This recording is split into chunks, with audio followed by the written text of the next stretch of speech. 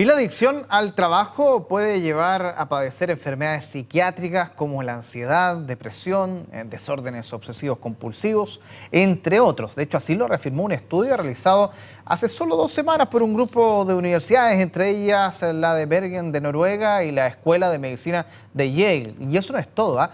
Hace ya 4 años, un estudio de la Universidad de Andrés Bello señalaba que 1 de cada 4 chilenos era lo que se denomina como workaholic, adicto al trabajo. Bueno, queremos conocer más detalles sobre este tema y para eso nos acompaña el filósofo coach, especialista en psicología activa, Gabriel Furman, a quien le damos la bienvenida. ¿Cómo está? Hola Germán, muchas gracias. Todo muy bien, gracias por recibirme. Bien, bueno, salió este estudio hace solo 2 semanas que reafirma ya algo que se venía dando en nuestro país. ¿Somos tan adictos al trabajo en Chile o no? Mira, lo primero que hay que decir es justamente un número que tú ya dijiste, que es, según un estudio que hizo una universidad chilena, el 26% de los chilenos padecen de esta patología. Y es súper importante, Germán, entender qué significa ser adicto al trabajo. La adicción al trabajo es una relación emocional incontrolable que la persona tiene y de hecho hay que diferenciar el ser adicto al trabajo con el estar súper comprometido y tener la camiseta puesta. Cuando hablamos de adicción al trabajo estamos hablando de una patología. De hecho, las personas que son adictas al trabajo, cuando se les priva trabajar, sienten que les falta algo, que les han quitado algo súper importante. Y cuando están en el trabajo, esto tiene consecuencias importantes a nivel físico y también psicológico. De hecho, dejan de lado, por ejemplo, otras cosas que también serían importantes para la vida de la persona, como por ejemplo la calidad de las relaciones sociales con su pareja, hijos. Y como es una adicción, llega un punto donde el cuerpo empieza a pasar la cuenta y algunos de los síntomas a los cuales se puede asociar la adicción al trabajo es, por ejemplo, cefalea, insomnio, depresión, ansiedad. Claro, porque si uno empieza a analizar algunas cifras, por ejemplo, que están sobre la mesa, en la OCDE estamos considerados como el tercer país ahí con mayor cantidad de horas o jornadas laborales, estamos hablando de 2.068 horas per cápita. Por otro lado, estamos, según los estudios, un 48% de licencias médicas, bueno, han ido en aumento justamente por problemas que se generan en torno a esta dinámica. Ahora, ¿se le puede atribuir a una adicción al trabajo esa situación que se vive en Chile, en estar terceros con la mayor cantidad de horas que trabajamos y tener tantas licencias médicas, por ejemplo, o que el sistema de trabajo en nuestro país hace que finalmente uno tenga que trabajar esa cantidad de horas, pero no padecer de la adicción? Ahí para diferenciar un poco todo este tema. Mira, es interesante, Germán, poner énfasis en que según los estudios que tenemos hasta este punto, no se ha logrado identificar qué es causa de qué. Es decir, las patologías pueden ser resultado de una adicción al trabajo o también puede ser que la adicción al trabajo sea consecuencia de ciertas patologías que la persona ya trae. Ahora, ¿qué consecuencias puede traer esto para una persona el ser adicto al trabajo y que no logre diferenciar? Porque algunos quizás están en su casa y dicen, chuta, a ver, ¿es porque me gusta el trabajo o a lo mejor me estoy volviendo un adicto al trabajo? ¿Cuál es el límite ahí? Sí, de hecho la línea es súper fina y eso es uno de los desafíos. Pero por ejemplo, la misma universidad que hizo el estudio en Noruega, generaron una especie de encuesta que sirve mucho para identificar si efectivamente la persona es adicta al trabajo o no. Y en esa encuesta aparecen preguntas como las siguientes que son súper interesantes al momento de poder diagnosticar si la persona tiene esta patología o no. Y algunas de las preguntas que aparecen en esa escala son, por ejemplo, las siguientes. Y es interesante que la forma en que ellos hicieron el estudio es que las personas que contestaban a cada una de estas preguntas, la persona tenía que poner del 1 al 5 según con qué nivel de frecuencia experimentaban lo que se describe en cada una de estas preguntas. Entonces, por ejemplo, esto es súper interesante porque podemos directamente ver si efectivamente tenemos esta patología o no. Entonces, una de las preguntas es, por ejemplo, ¿usted busca más tiempo libre para poder trabajar más? Otra pregunta que aparece en la encuesta es, cuando usted está fuera del trabajo, ¿siente que le están privando de algo? Otra pregunta interesante que aparece en la encuesta literalmente es, por ejemplo, ¿hay gente cercana a usted que le ha dicho que sería bueno que usted trabaje menos, pero usted no lo escucha? Otra pregunta interesante que aparece en la misma encuesta que nos sirve también para diagnosticar esto es, por ejemplo, ¿usted ha dejado de hacer actividades de recreación o de ocio debido al trabajo? Y otra pregunta que aparece en esa encuesta que también nos sirve para identificar los síntomas es, por ejemplo, ¿cree usted que producto de su trabajo intenso esto ha tenido consecuencias importantes en su salud? Como por ejemplo insomnia, cefalea o colon irritable. Esas son algunas de las preguntas que aparecieron en ese estudio y de alguna forma nos sirven para ver con qué frecuencia del 1 al 5 tenemos o no tenemos esos síntomas, y eso de alguna forma nos sirve, Germán, para poder identificar si hemos pasado del estar súper comprometidos con el trabajo a ya al otro lado, digamos, de esa línea que es muy fina, que ya sería patológico. Ahora, pero ¿qué pasa, por ejemplo, con una persona que ya ha seguido esa dinámica durante años y gracias a esa dinámica le trae frutos económicos, estabilidad familiar, en términos por lo menos material, que está muy ligado a la realidad que se vive hoy en día en la sociedad, y que finalmente le da un estatus dentro del trabajo y que por lo tanto no se da cuenta que está metido dentro de ese círculo? ¿Es posible que alguien que tenga esta adicción no quiera curarse u otro sí? Efectivamente, es un punto súper interesante y esto aplica para todo tipo de patologías.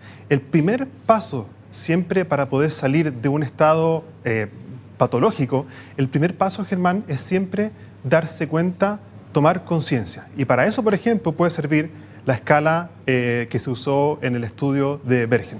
Ahora, como toda adicción, siempre obviamente tiene sus costos, pero también tiene sus beneficios. Es decir, cuando la persona está en el trabajo desde una perspectiva patológica, de alguna forma tiene ciertos incentivos dentro del trabajo que hacen que la persona quiera seguir con ese tipo de dinámica. Por ejemplo, se siente reconocido, siente que ahí puede aportar, etc.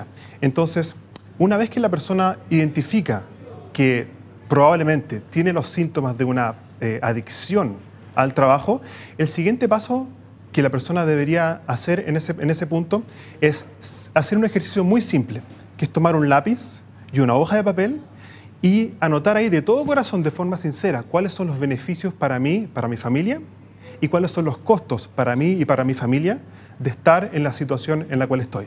Ahora, si incluso habiendo identificado que está con una adicción al trabajo y habiendo analizado los beneficios y los costos que él tiene para él, ahí la pregunta es súper personal.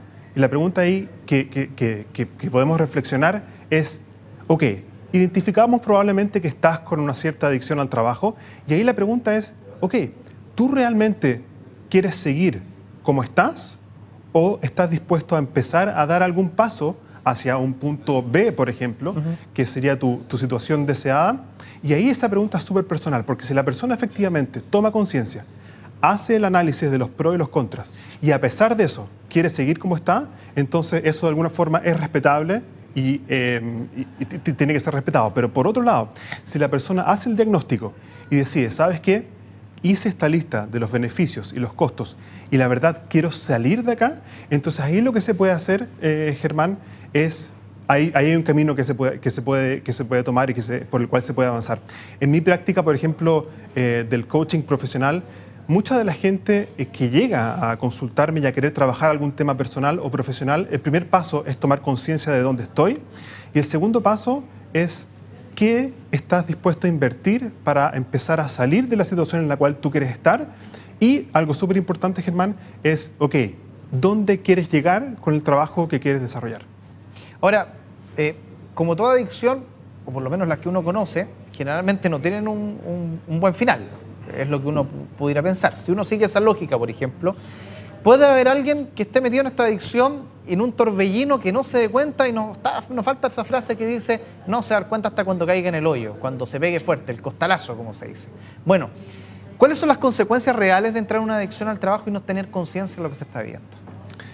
Lo principal que empieza a hablar es el cuerpo. El cuerpo es algo que nos acompaña, bueno, desde el momento en que fuimos concebidos y nos va a acompañar durante toda nuestra vida. Y es interesante que al cuerpo pocas veces le damos el micrófono, por así decirlo, para que nos diga. Entonces, cuando hay una adicción, es súper importante, Germán, poner el micrófono, darle el micrófono, por así decirle, al cuerpo.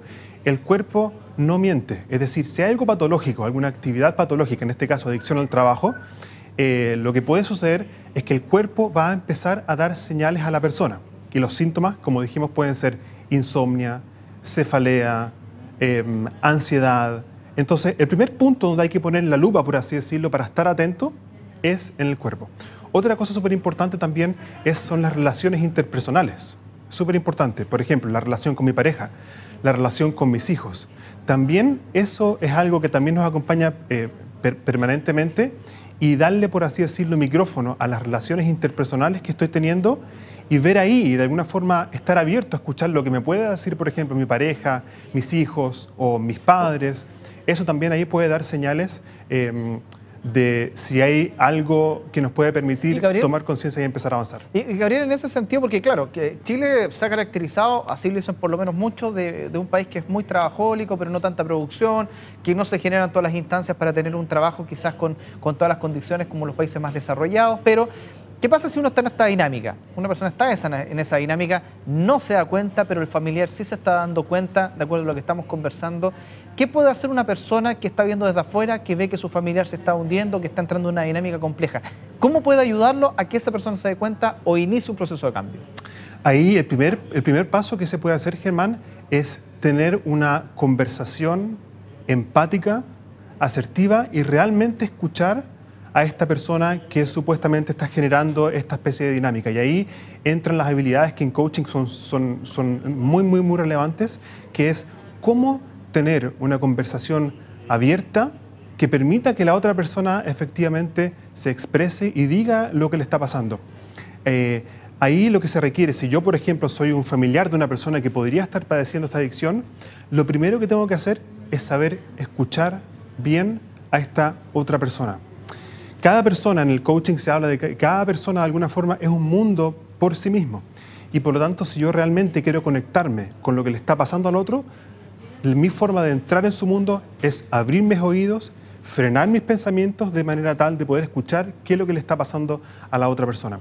También es súper importante tener en cuenta, Germán, que el factor emocional en este tipo de conversaciones es clave. Y por lo tanto, yo de alguna forma tengo que estar abierto a validar lo que la otra persona siente, y solamente desde una escucha activa, sincera y honesta, entonces ahí se puede avanzar en una conversación para empezar a trabajar el tema. Gabriel Fuhrman, muchas gracias por haber estado junto a nosotros estos minutos. Interesante tema, que esté muy bien. Muchas gracias, Germán.